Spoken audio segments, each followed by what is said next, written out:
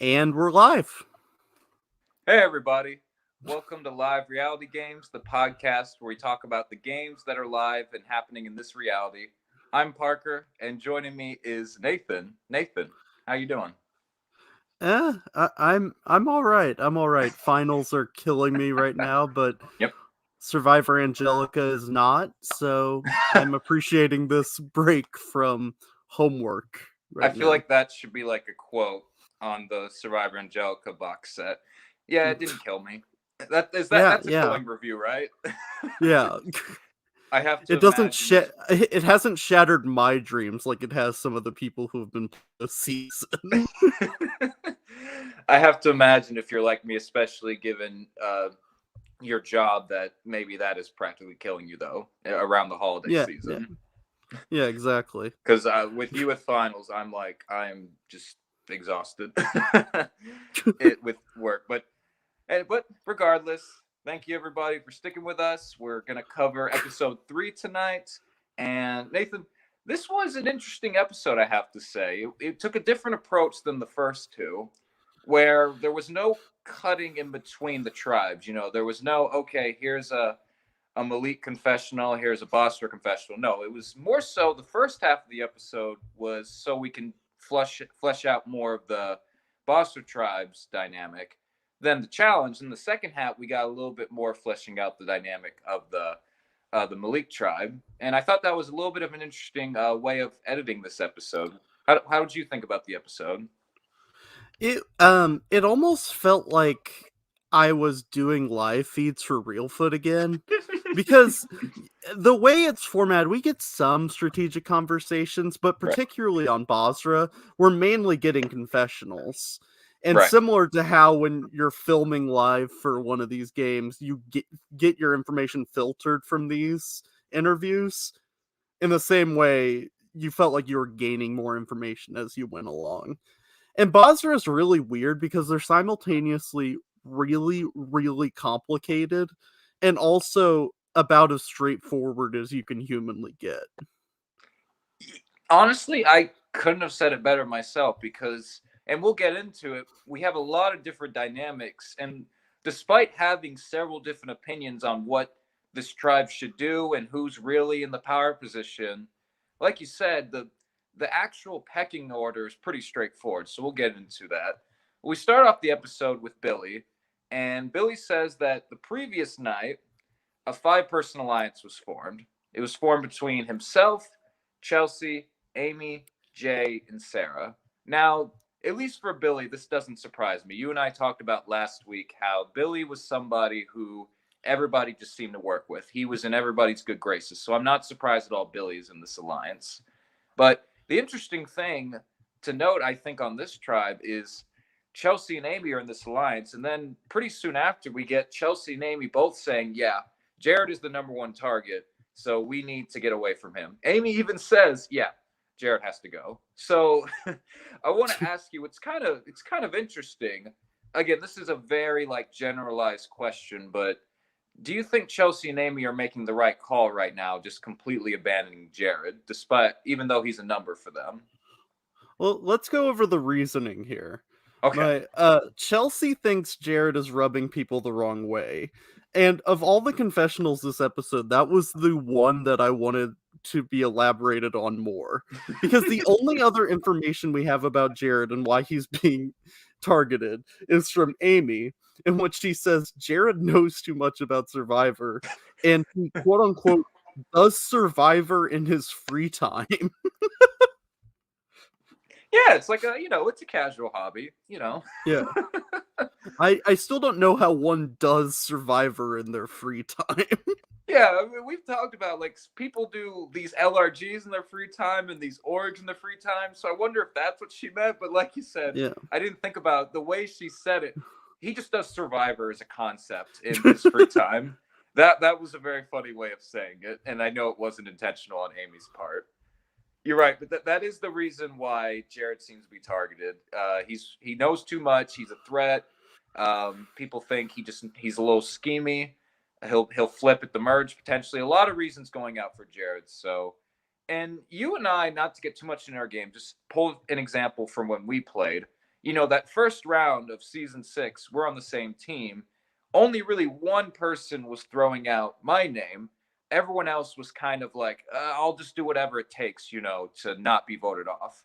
So in those instances, I think if that was the case on this tribe, if just one person, say Jay, was throwing out Jared's name really hard and everyone else was just like, I just want to survive, I think maybe Chelsea and Amy should fight a little bit harder to keep Jared. But it seems from what we're seeing, just most half, if not more than half of the tribe wants Jared gone no matter what. So really, I think Chelsea and Amy probably are making the right move abandoning Jared here. What do you think?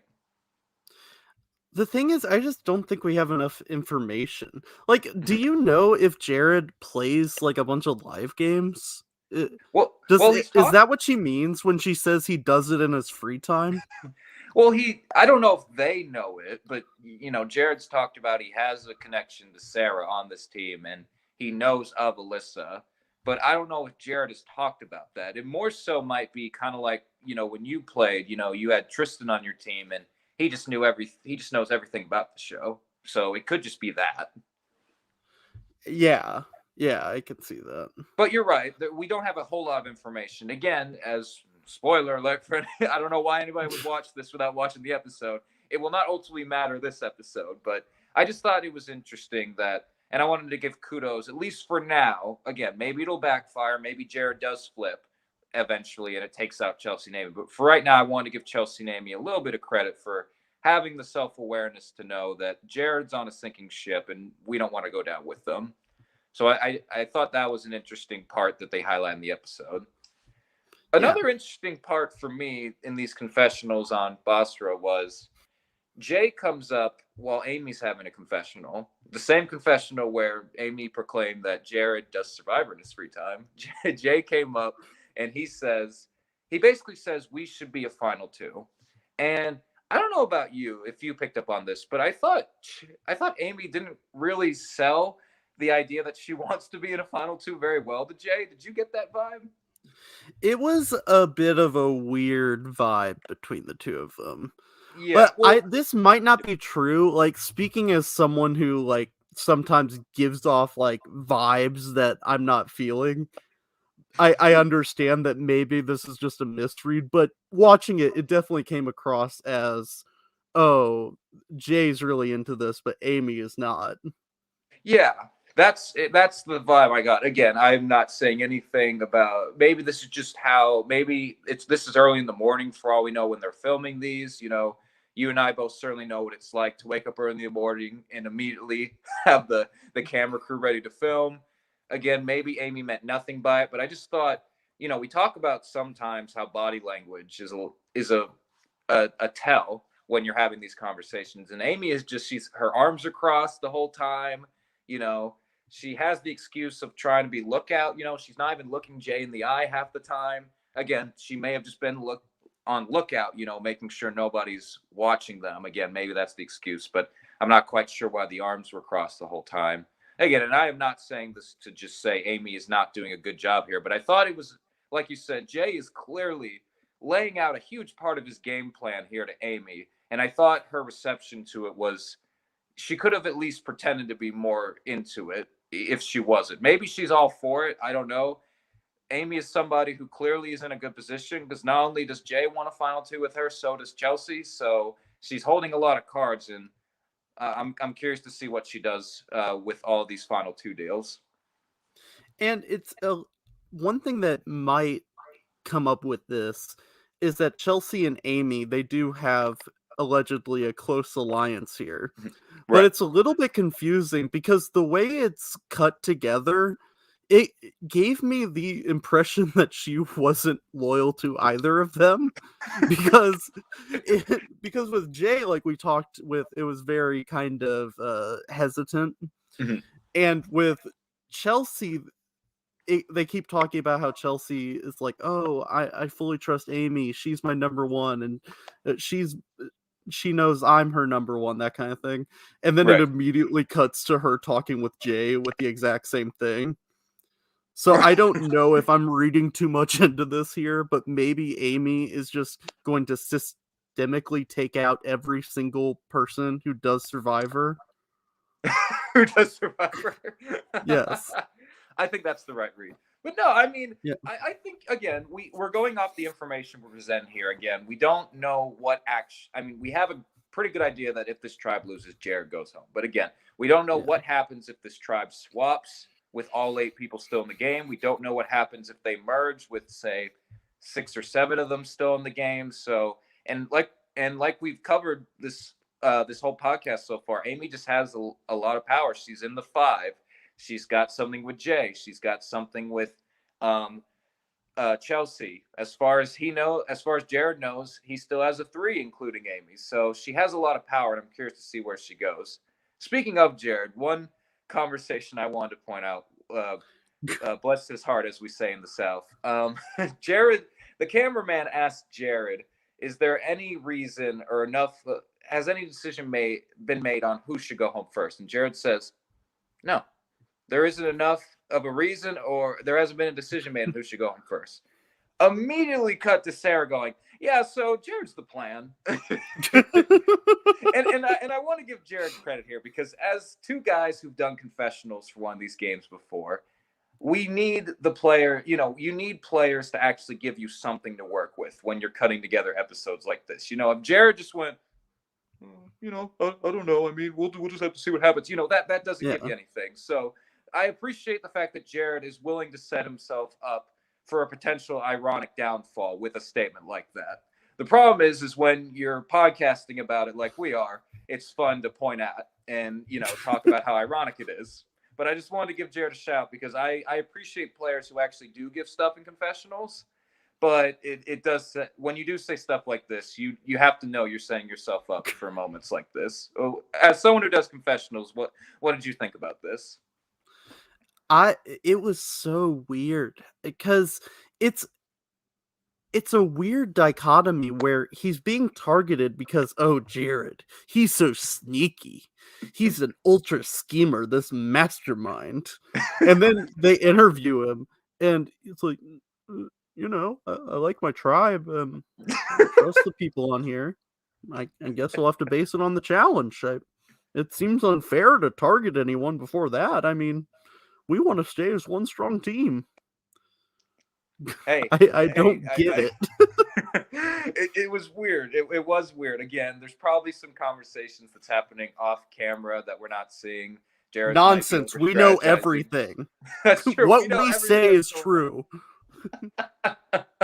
This is all that's happening. What we're seeing, yes. This is everything that's happening. There's no subtext happening off screen. You're right. What am I saying? But no, yeah, right. If any of you players out there, if you correct us, you're wrong.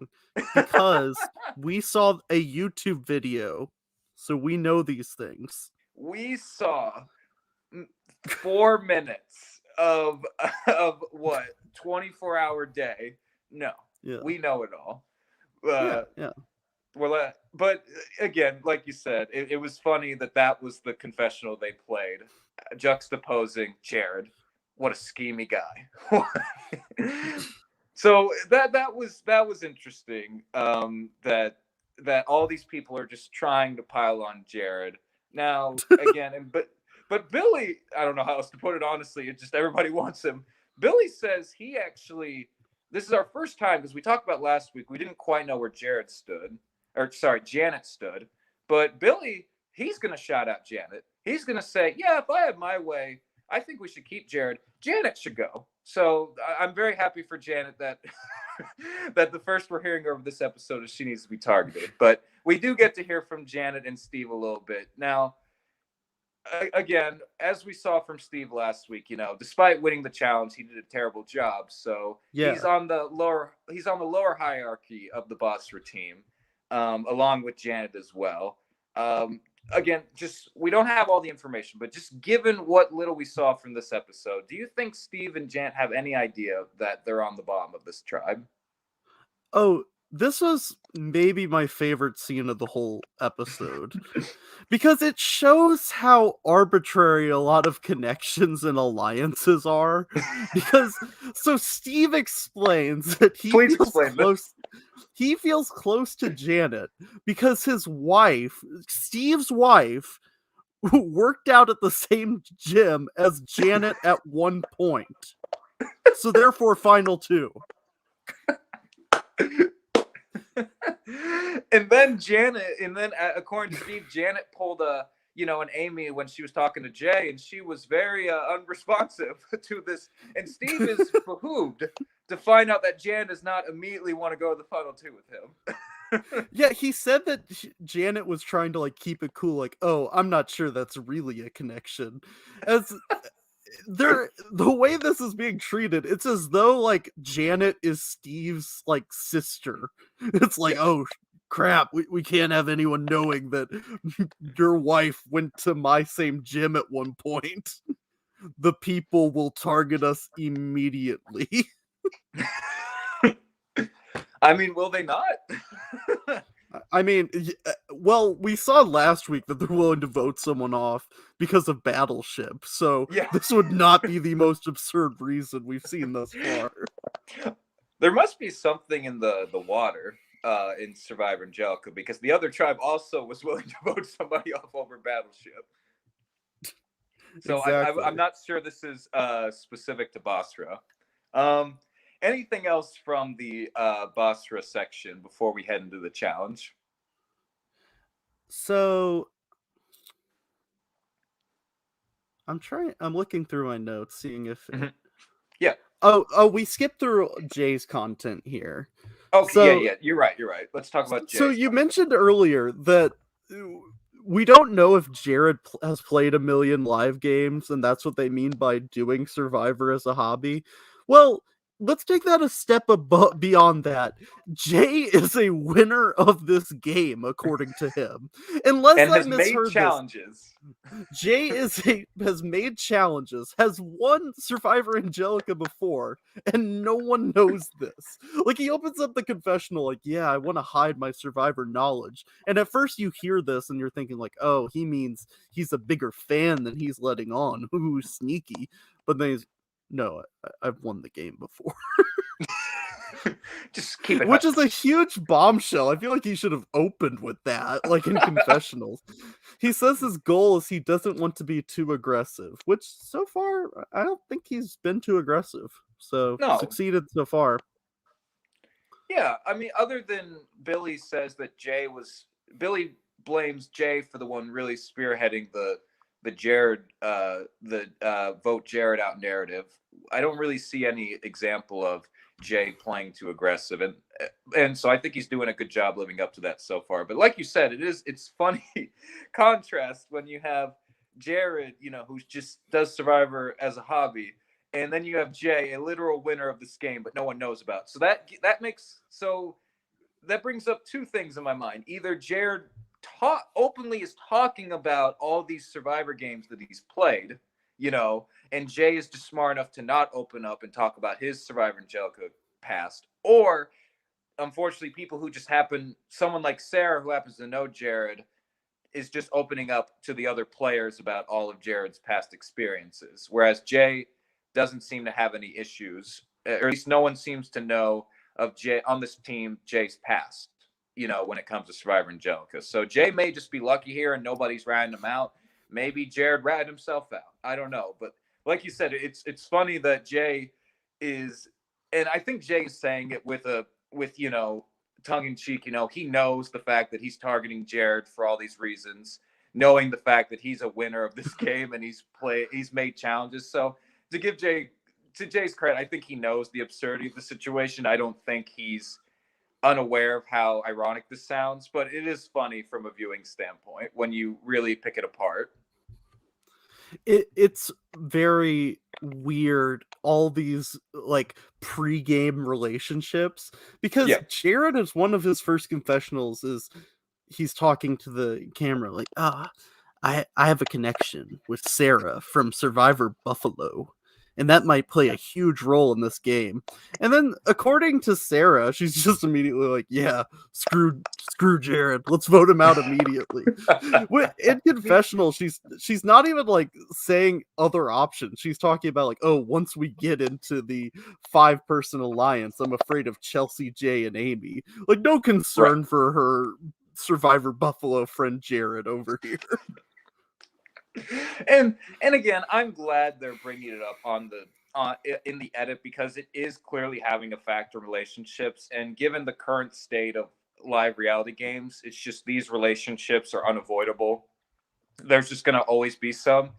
And I'm not complaining here. It's just funny going back to when you and I first played a live reality game, and this was just, yeah, there was one or two connections, but it was not this apparent, but the community has gone bigger, and there's been more and more games that the likelihood of these cross tribal or cross game relationships has become even more imminent. So it's just funny that, yeah, they do need to talk about, because it is having a factor, but like you said, it's jarring. Considering where we started a few years ago to where we are now. So it is kind of funny in that way. I do like how we've had this in both in several episodes at this point. Mhm. The show does joint confessionals where they Yeah. simultaneously serve as confessionals and also strategy talks, Mhm. which I really like this. I Yes. actually wish other shows would make use of this because it's an interesting dichotomy between how someone talks when just one other person is around. Oh, absolutely. I think more games should take this. I think I said this last week. Like you said, it's just different. It's it doubles as both, maybe some personal content, but also more insight into relationships a lot quicker. Um, and it's interesting when you see two people having a conversation, and then you get to hear each one of them individually in their own separate confessionals, how they really feel about that person versus how they behave. Because, I don't think I'm, blowing anyone's minds when I say that anytime you play this game, you're going to act around certain people differently than how you talk about them alone and in private to the camera. That's just how it's going to be. There's just some people you either get a bad vibe from strategically, and you just have to play it off like nothing's wrong, or you just don't vibe with them as well, but you have to save face, so you don't get voted out. So I do really like this double confessional, duo confessional that Survivor Angelica is doing, and I hope it stays through the whole season. I think it's a great implementation. So I think we can get into the challenge here. And for those who don't know Nathan and I's opinion on this challenge, it's amazing.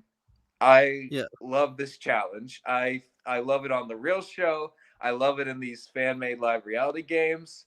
I just think this is a phenomenal challenge all around.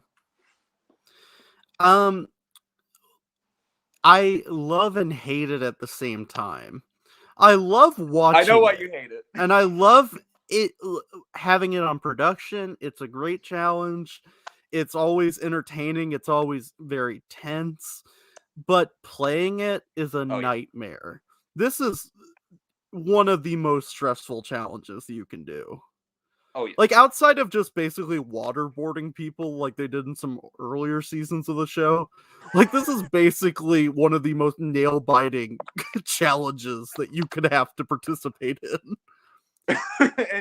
and you guys, and for those at home, Nathan and I compete in this challenge on the same team, and we lost it. So we love this challenge if we're still saying good things about it, despite having Yeah. every reason to have bitter feelings towards it.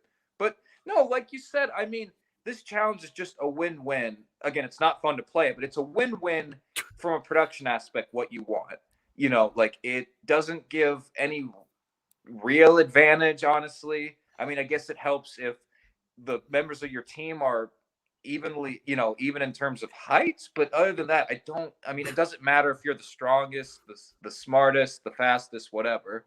It's just about communication, focus, and balance, and just keeping your cool. So, and that's just a great challenge all around. It's great for not just Survivor, but just any type of team exercise, but especially in Survivor, like you said, where everybody's losing their minds. Nobody wants to go home.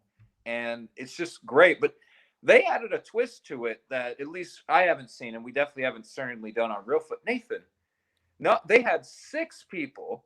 When we did it, it was only 4. They had 6 people. And on top of that, only one person was allowed to adjust the stack. Nobody else could do it like we could when we played. Any of the 4 of us could have adjusted the stack when we did it. Only one person could do it in this one. And on top of that, they had 10 blocks. Nathan, our team sucks so bad we couldn't even get 6. The production had to limit it to 5. Do you remember that? I do. I don't know how this challenge was ever completed. Like, we No, must have seriously. some low-key challenge beasts on this cast, because just having this many blocks on top of each other with these, like, restrictions is just insane to me. I mean, Yeah. stacking 3 blocks to me seems insane, let alone this, like, haiku they had to write up there. and again, there's some differences again. Like they are able to touch the rope on the ground. I notice, as you and I know in real foot, we couldn't touch the rope. The rope couldn't touch the ground in this challenge. Their ropes could, but again, that's nothing when you have 2 additional people to try and not lose focus or control, and 10 freaking blocks. So I don't know how they did. I think it had to be something with like the actual like I guess board that the ropes are attached to. Ours was a very like thin, flat square. Theirs seemed to be a little bit more of a bulky oval type of base. So maybe that was it. I don't know, but somehow they're able to get 10 blocks on here. I feel like we just skipped over the fact that you said this would be a good team building exercise. Yeah, it would. You think this? I feel like any team I've ever been on would immediately just quit if we even tried to do this challenge. Hey, I mean, team building exercises, are they not supposed to be a little frustrating? Are people not supposed to get upset? Here's the thing. I don't think team building exercises are that good in principle because I don't think they're that good in principle because you're supposed to give them tasks that are supposed to cause conflict and people getting upset. And the goal is to help them reconcile their differences and make it to where they can communicate better. And this is the perfect task for that. In theory, if you want to do a team building exercise. And again, this is a whole other podcast entirely, but I don't think team building exercises for that reason are that good. The worst team building exercise I ever had to do was we all had a hula hoop on our team, and it was all on one of our fingers, and we had to slowly lower the hula hoop as a group. It was an What? absolute nightmare. It was Yeah. boring, and it was frustrating, and it made me want to cry. That's what I'm saying. In terms of team building exercises, this challenge would fit right in. That's not to say that that's to say that team building exercises aren't good in theory. It's good in that it will make you sob. It'll make you want to quit. Yes. The most frustrating team building exercise I ever had to do was we had to stand on this very narrow balance beam, and like they randomly put us on there, and we had to separate ourselves from earliest birthday on one end and latest birthday on the other end. And you had to like try and not without falling on the ground, because if anybody falls, you got to reset. You had to try and maneuver your way around people without falling off the balance beam. It was annoying. It was frustrating. And it was just irritating. So it was a great team building exercise. That now that you say that, that might be a good challenge for Yeah, this show. they've done something like that on the show, before. It just they just for us they added in the birthday aspect. So yeah, just again, yeah, this would be this. Have I convinced you that this would be a good team building exercise already? Not because team building exercises are good, but because it fits the bill. The hula hoop challenge would not make for a good competition on the show, though. I think everyone would immediately tune out if you Survivor's ready, go. I don't know. I remember in One World they did what was it, Bolo Ball, Bolo Toss, and everybody Yeah. loves that season. So I think Yeah, it worked exactly. out best. Universal acclaim. Survivor One World. So my favorite part of this challenge is of what we see actually in the episode. My favorite part is Jared. He does end up placing the winning block for the team, and he gets to win. But a few minutes earlier, he ends up trying to place the last block, and it completely falls for the Basra tribe. And again, despite winning the challenge and placing the winning block for his team, you just know when they got back to camp, oh, Jared, he did terrible in that challenge. Yeah, he won it, but he didn't win it well enough. I hate Jared. You know that's what happened, right? It's the tale of two tribes. On the one tribe, they're like, oh, they lost the challenge, so let's vote them off. On the other tribe, oh, they won the challenge. We gotta get rid of them.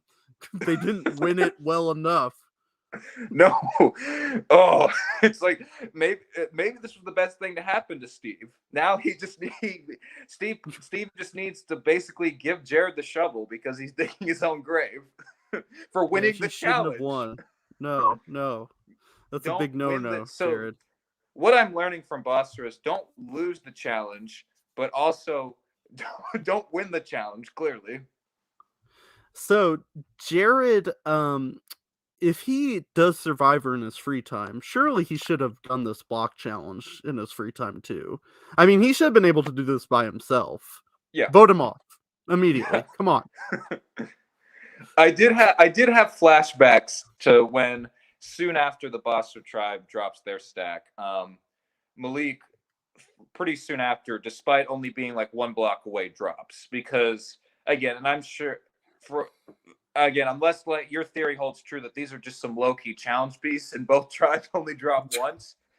Going back to when we played, there was many more falls. Like if they made that challenge when our team did into an episode, they would have to cut out how many times we dropped it. So it did bring back that frustration of seeing how close Malik was to winning, and then it just dropped, which just again adds to the stress of this challenge.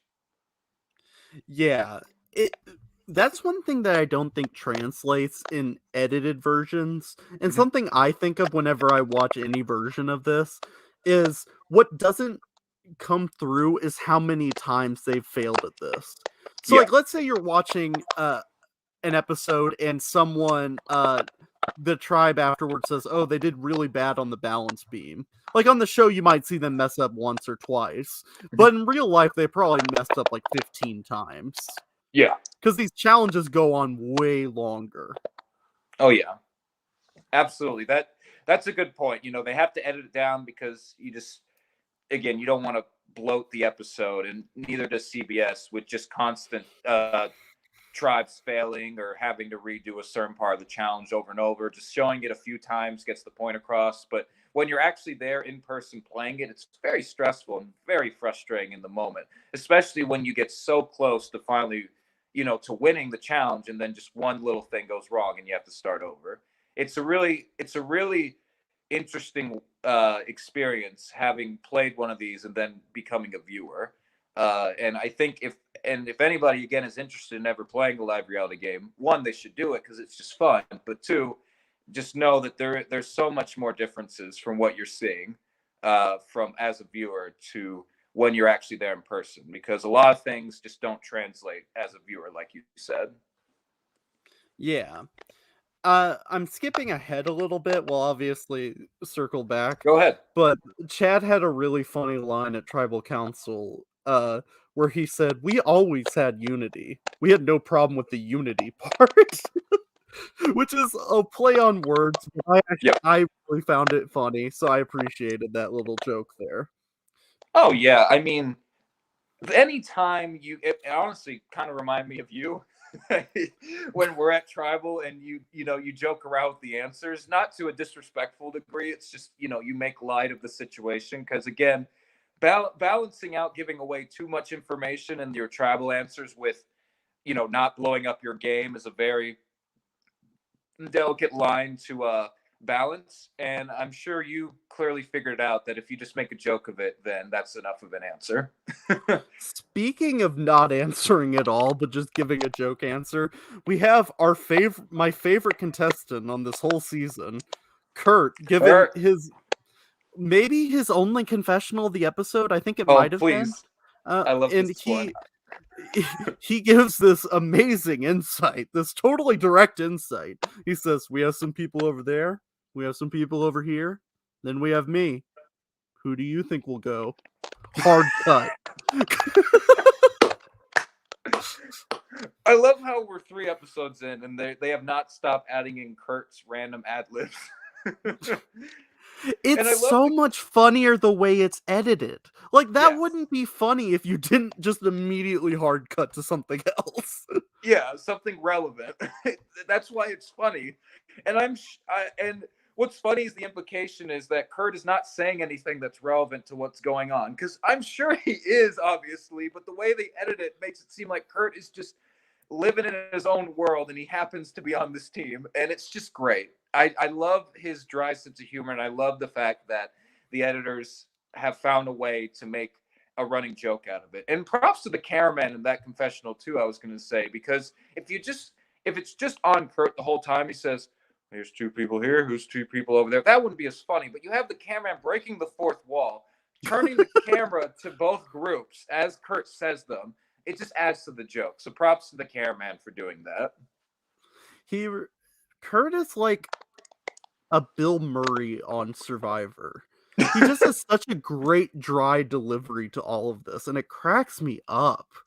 Well, Malik lost the immunity challenge again. Yeah, exactly. I could see that happening. Yeah. Um, Yeah, exactly. So, go ahead, sorry. So the Malik vote is so straightforward that they are not even strategizing really about the current vote. They're strategizing for the next one and even the merge. Yeah. This is like a housekeeping day for Malik. They've gone to so many of these. Well, and I was going to bring up the despite the straightforward vote, the point that they made throughout some confessionals and throughout tribal was, again, this is a vote based on loyalty. This tribe has essentially thrown in the towel that they can just come back and win a bunch of challenges. They've thrown the towel. Yeah. So they are now going to vote based on loyalty in the event that they have a swap or a merge.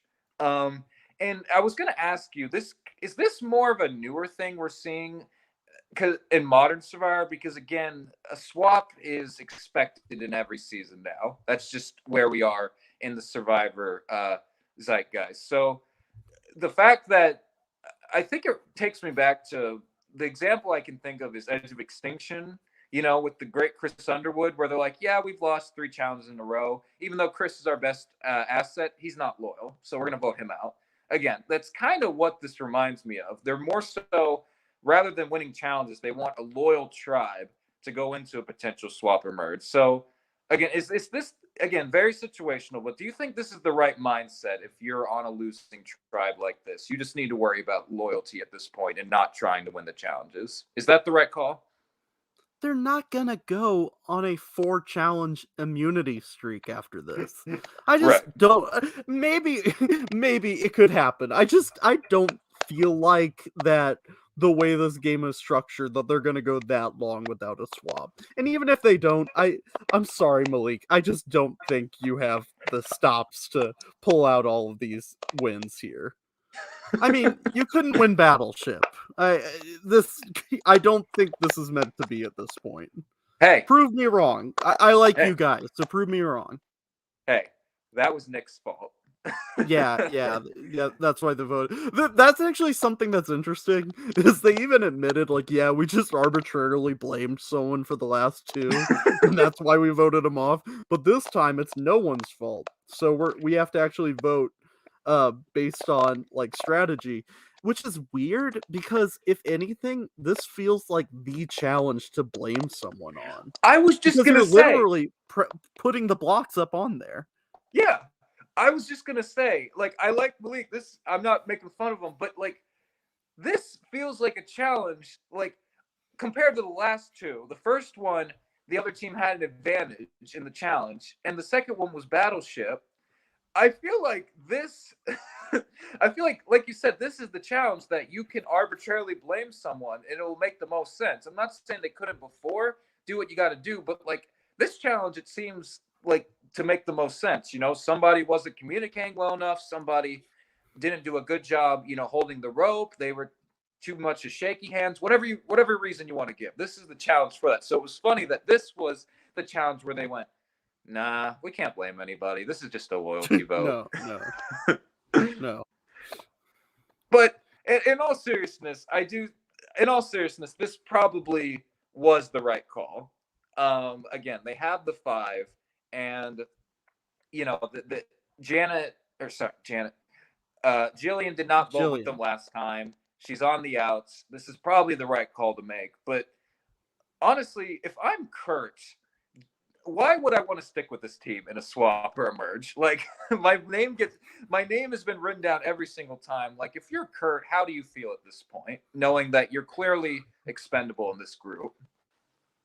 Well, it's a weird situation because he's simultaneously the figurehead of this alliance, and he's the target, and he's the scapegoat, and he's too big of a threat to keep around.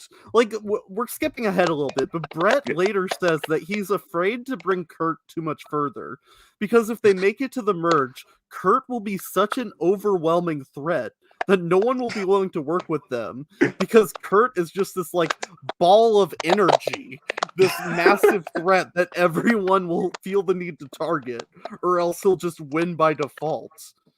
So it's a very odd thing. He's like Cochran and Boston Rob simultaneously. And somewhere Jeff Probst just drooling. Yes, Kurt. Kurt would be Jeff Probst's favorite if he was on CBS Survivor. And correct me if I'm wrong. And he's telling Jillian this, so take it for what it's worth. He's probably just telling Jillian something that he doesn't actually believe, but he tells Jillian that Kurt has done nothing for this tribe. So like you said, add on to that, he's the target. He's the figurehead. He's a threat, and he's not a threat all at the same time. It's like, where I want to know, where did Survivor Angelica find this guy? This guy is clearly a breakout star. He's wearing so many hats. I don't even think the tribe knows how to classify him anymore. There's a moment later on where Alyssa's talking about how Kurt offered her and Chad final 3 and offered to bow out to let them win, which is such an interesting conversation. I honestly, I mean, how do you take that if you're Alyssa? Take him to the final 3. Maybe he'll bow out. No, he's too much of a threat. Maybe. Well, maybe, I feel like they have numbers right now. Yeah, they'd only need like 5 more votes and they're good. They only need to pull like 5 people. Allegedly, he's a threat. Yeah. Yes. So jumping ahead a little bit, we can go back certainly if there's any other conversations you want to talk about. But my favorite thing as we walk into Tribal Council that I'm sure you noticed, I'm sure everybody watching home noticed as well. It was probably just me who noticed this, but as they walk into Tribal Council, I noticed Jillian has a new shirt. And it was and I wrote down what the shirt says. I can't say it because I don't want to get fired. The shirt says, "Be effing awesome." And then it plugs a website at the bottom of that. I couldn't quite make out what the website says, but I could make out "Be effing awesome." So I assume this shirt is plugging some sort of website. So Nathan, the obvious question here is that I have to ask, did Jillian make a bad decision by changing her shirt for this Tribal Council? Well, I think it's good advice. I mean, being effing awesome, I think is overall a pretty good strategy. I mean, if someone's really awesome, you want to keep them in the game. Well, right. Unless you're on the other tribe in which they win it and they're too awesome. Vote them off. They could have been more awesome. We don't want people who win challenges. That's too awesome. But again, am I losing my mind here? But the first tribal that Jillian changes her "I bring the bad decision" shirt, she wears "Be effing awesome" shirt. Was that she gets voted off? So was that a bad decision on Jillian's part? I need to know. Based on how straightforward the vote was, like in confessionals beforehand, I to be honest, I'd have to say it was absolutely solely because of her shirt. Thank you. Thank you. I knew it. I knew it. This is the type of analysis people watch this podcast for. So thank you. Yeah, absolutely. There was a really funny moment where Jillian is. I think she was talking to Chad, and she was like, "Yeah, we're gonna vote out Kurt. I I love Alyssa. I trust Alyssa. Alyssa's fantastic. Alyssa is the greatest person to ever live." And then we cut to Alyssa. Oh, I feel so bad, but we have to vote Jillian off now. Again, Alyssa ignore says it's a that. curse that she's making all these people feel comfortable with her, and then she has to vote them off. Again, it's that juxtaposition that I appreciate from Jillian, knowing that this could easily, be played in the episodes and make her, be for an ironic downfall on her part. I appreciate the fact that she's willing to say something that, again, ends up being proven wrong in the edit. But I like that she didn't just say, "Oh, we'll just see what happens." No, I appreciate that Jillian wanted to. I appreciate that Jillian actually, said something that could lead to her downfall. But you're right, Alyssa does have a curse. People like her too much. Yeah, she's too effing awesome for her own It's be good. epic awesome. You think? Oh, maybe they all voted Jillian out because they wanted her. I'll bring the bad decision shirt. Could that have been it? Yes, Is yes. this like the second coming of Angelina and Natalie's jacket?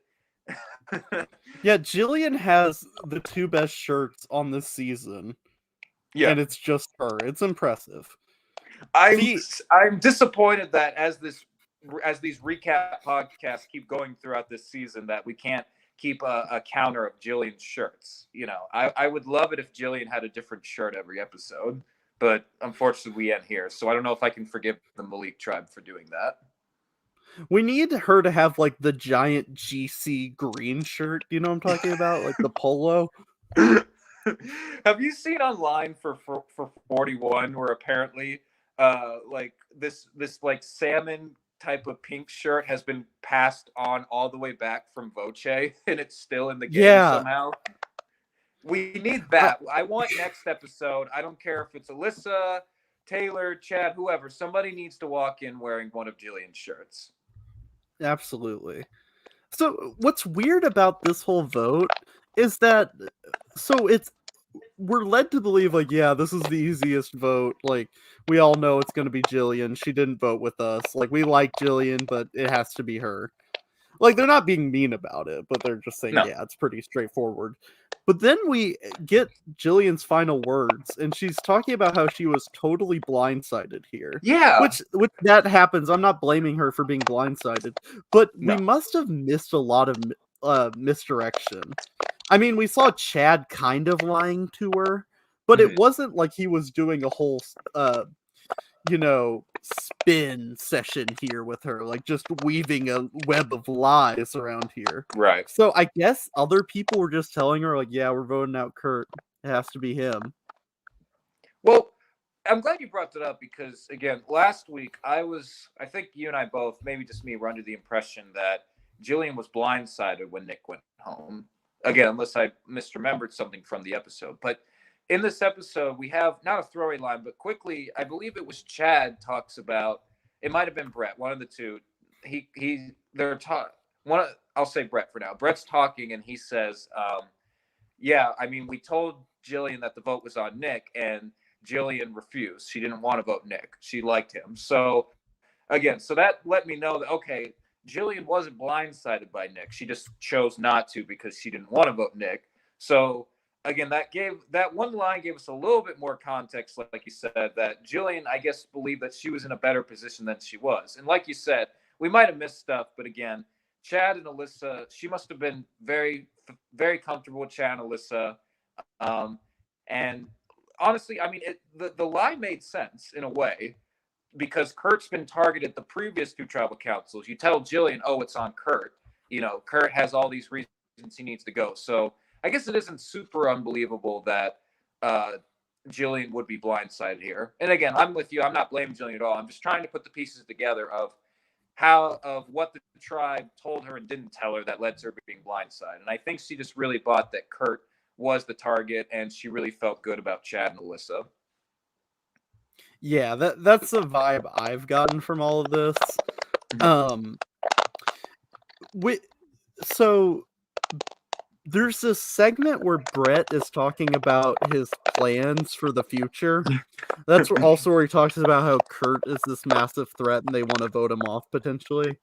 And he gets the vibe that he thinks Jay is the ringleader of the other tribe and he's trying to gather soldiers to pick off Jay. Which is an interesting read. Yeah. I don't know. I don't know what gave him that impression. Yeah. So it's interesting they included here. Again, this is one of those things that could ultimately amount to nothing, or this could be what we see next. Again, especially if there's no swap and this tribe loses again. I wonder if, again, for the fourth time, they just don't vote out Kurt and there's a civil war coming up. Yeah, I could see that coming through. Well, it seemed, and you said it was Chad and Brett who are feeling this way, correct? I don't remember who he was talking through. I think it might have been Brett and Alyssa who were talking about this. And Brett said that about Chad.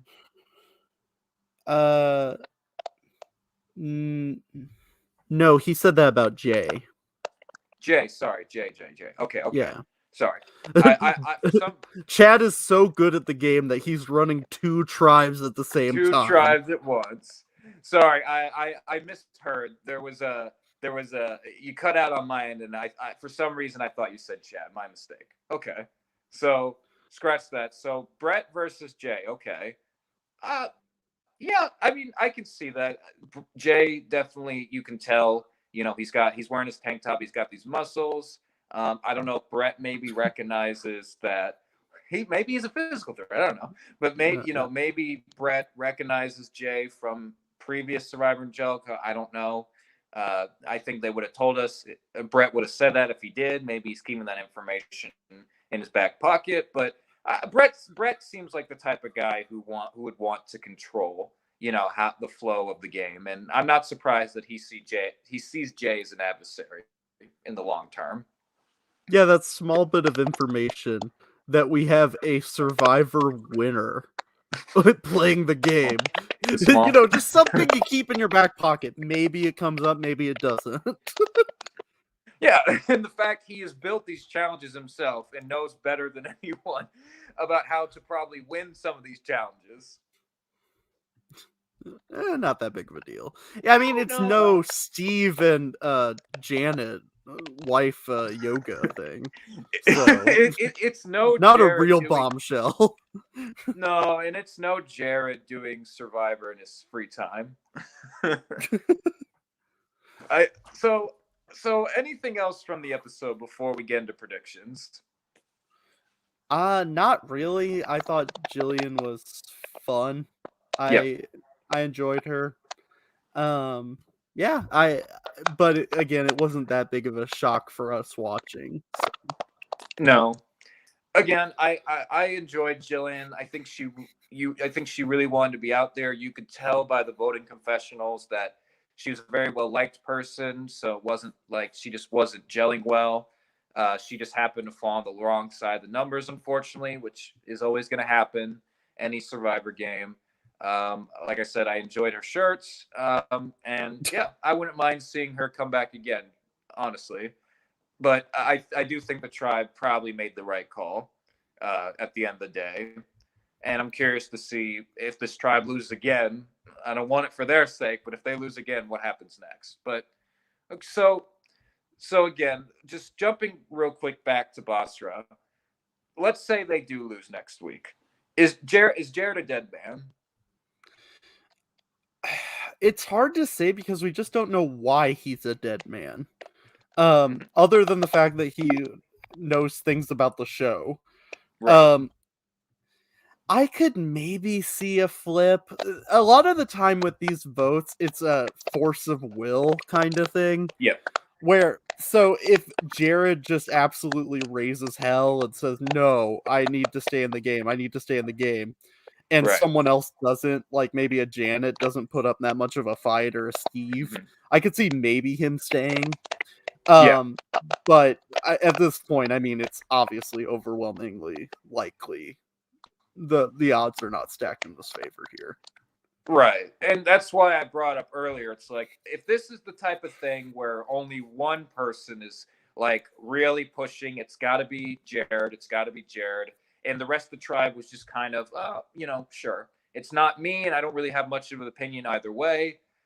I would say Jared had a little bit more of a chance. But right now, as we stand, we see Jay wants him gone. We see Amy wants him gone. We see Chelsea is already separating herself from him. We see Sarah even wants Jared gone despite their pre-existing connection. Right now, again, like you said, unless Billy really just uses his social capital and says, no, we can use Jared as like a number or meat shield, and says, let's get rid of Janet. She's a little bit more of a wild card. I could maybe see Billy making that pitch, but I don't see why he would at this point. It would seem like an overplay on his part. So if Malik goes, I have to guess it's Kurt, right? I have to imagine it's Kurt. Again, I don't, unless Brett takes my advice and decides to take out Chad for whatever reason. I still cannot believe I misheard you when you said that. I'm sorry, it completely cut out. But jokes aside, I have to imagine that Kurt is the one on the chopping block here. You're caught in between two duos. If the duos don't want to vote each other out, easily just vote out Kurt, unless one of the duos picks up Kurt. Would that make any sense if you're Taylor and Chad / Brad and Alyssa? You just pick up Kurt here. So we're assuming, Taylor, that these are two tight duos. Is that what you're getting at?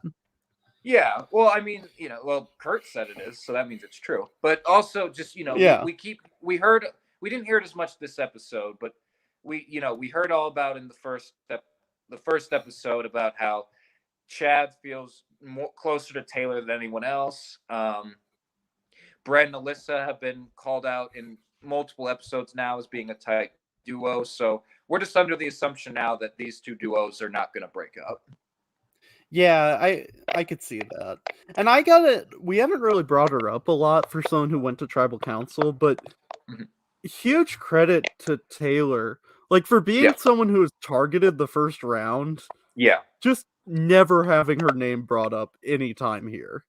And and especially in a round like this when they're talking about future vote outs, just not coming up anywhere in the stratosphere anywhere. No.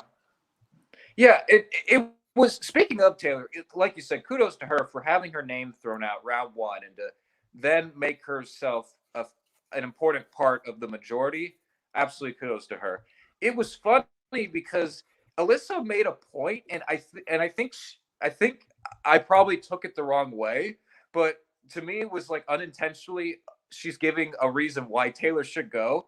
I think she's talking to Brett, and she tells Brett, I just think Taylor will go wherever the numbers is now.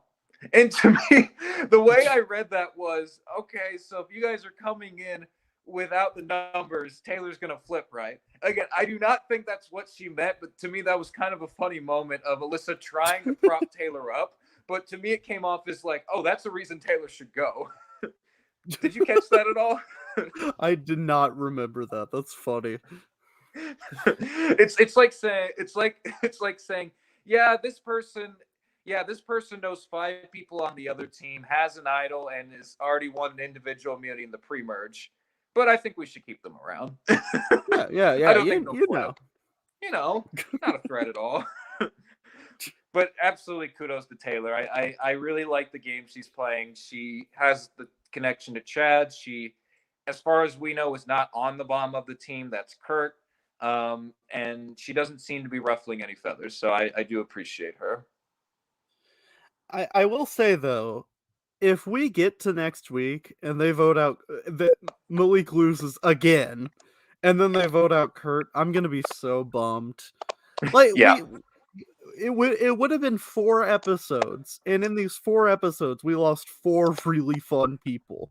I'm kind yeah, of like I don't dislike the people on the other tribe, but I really hope we get to see them go to tribal.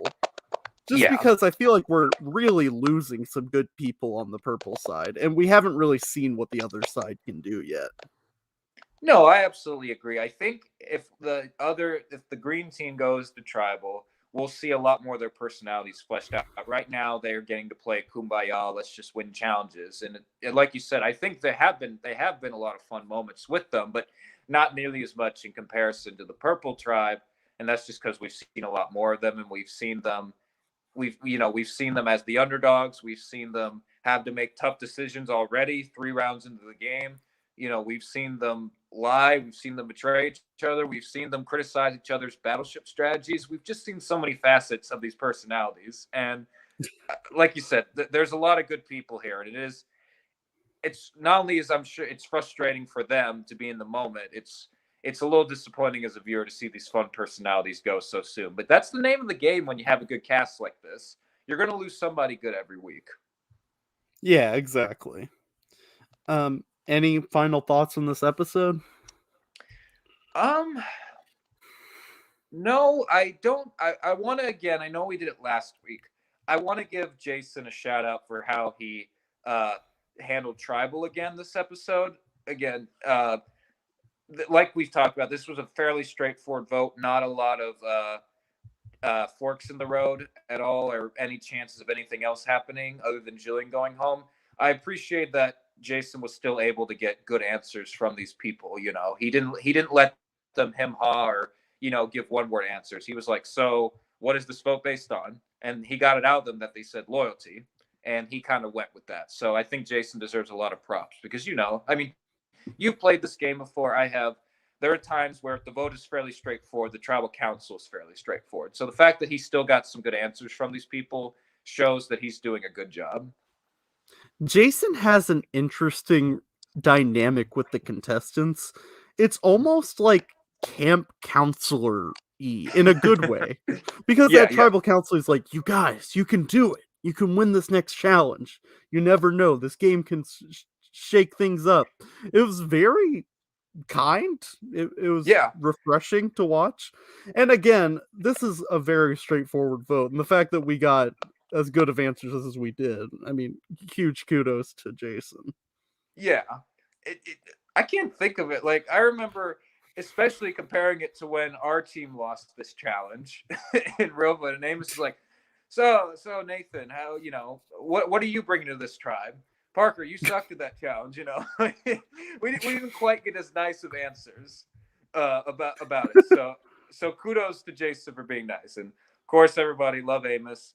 We're just having fun here. So you're like you said, Jason just has an interesting dynamic where he can be nice to them, but also he can get to the nitty gritty of, okay, what is this vote actually about?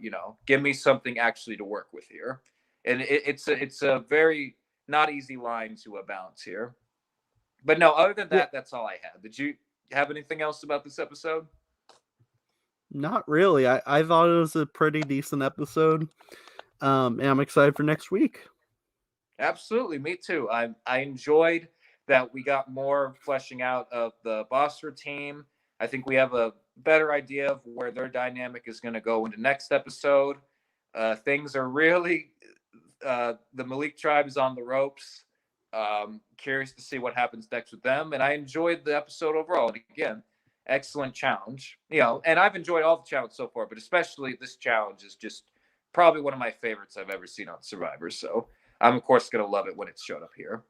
But that's all we had, everybody. Again, I want to say thank you to everybody who tuned in this podcast and has been following along. Make sure to follow the other podcasts that we have under Live Reality Games, covering all sorts of shows and other live reality games. Make sure to like, subscribe, share, comment, Do any other Survivor. buzzwords I'm missing. Yeah, and Survivor. Yep. Make sure to play Survivor. In the or what did they say about Jared again? That he Do plays Survivor. Survivor in your free time. Yeah, make sure to do Survivor in your free time. Make sure to not win challenges because you'll be targeted. And we're very excited to see what's coming up. Again, the holidays are coming up, guys. So we'll do our best to get these recaps out when we can. I hope that I just ask that everyone is a little patient with us as we don't know what the next few weeks are going to hold with family and getting together and all that stuff. But we'll be here when we can, and we will recap the upcoming episodes. But other than that, thank you guys again for watching. Thank you, Nathan, for joining me, and we'll see you all next time.